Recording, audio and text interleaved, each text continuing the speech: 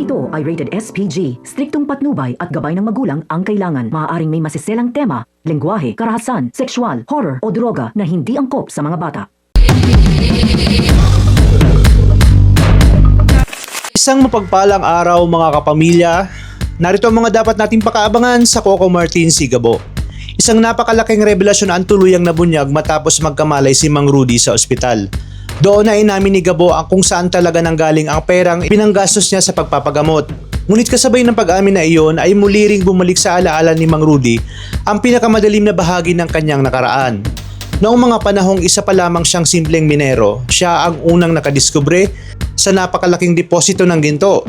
Ang pag-asang iyon sana ang mag-aahon sa kanila sa kahirapan, ngunit hindi niya alam na iyon din ang magiging simula ng pinakamalaking trahedya sa kanilang buhay. Samantala, ipinaalam naman ni Mariano kay Ricardo na matagal nang hindi nagpapakita si Rudy matapos nitong matagpuan ang kayamanan iyon.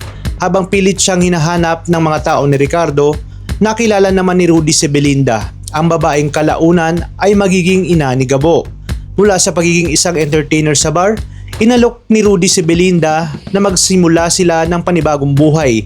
Nangako siyang hindi na ito muling maghihirap, tulong ng yamang kanilang natagpuan ay makakapamuhay sila ng masaya at marangya.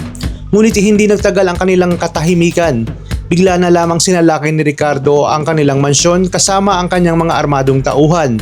Umalingaw-ngaw ang mga putok ng baril habang desperadong tumataka si Rudy upang iligtas ang kanyang pamilya. Sa kasamaang palad, naabutan siya ni Ricardo at walang awang pinaputukan. Sa gitna ng kaguluhan, ginawa ni Belinda ang pinakamahirap na desisyon sa kanyang buhay.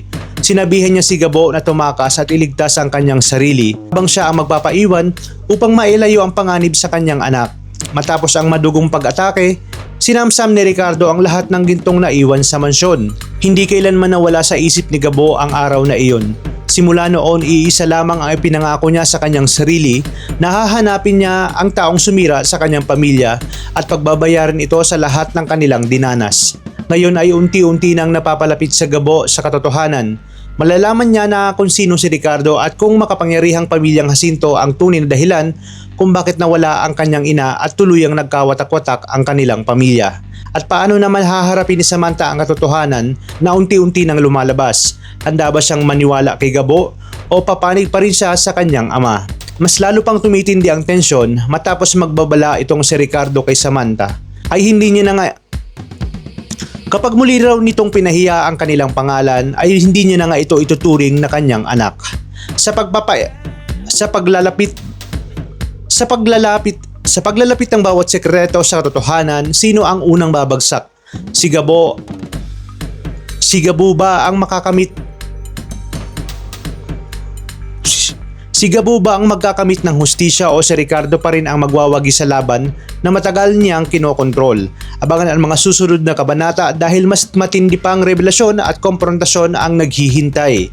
Kaya kung nag-iinteresado kayo sa mga kwento natin ngayon at kung gusto nyong masubaybayan ang kapanapanabik ng mga susunod na kabanata, ay huwag kalimutang i-like ang video na ito, mag-subscribe sa channel at i-click ang notification bell para lagi kang updated sa mga videos na aking i-upload. Maraming salamat sa inyong panonood at pagpalain tayong lahat, kapamilya.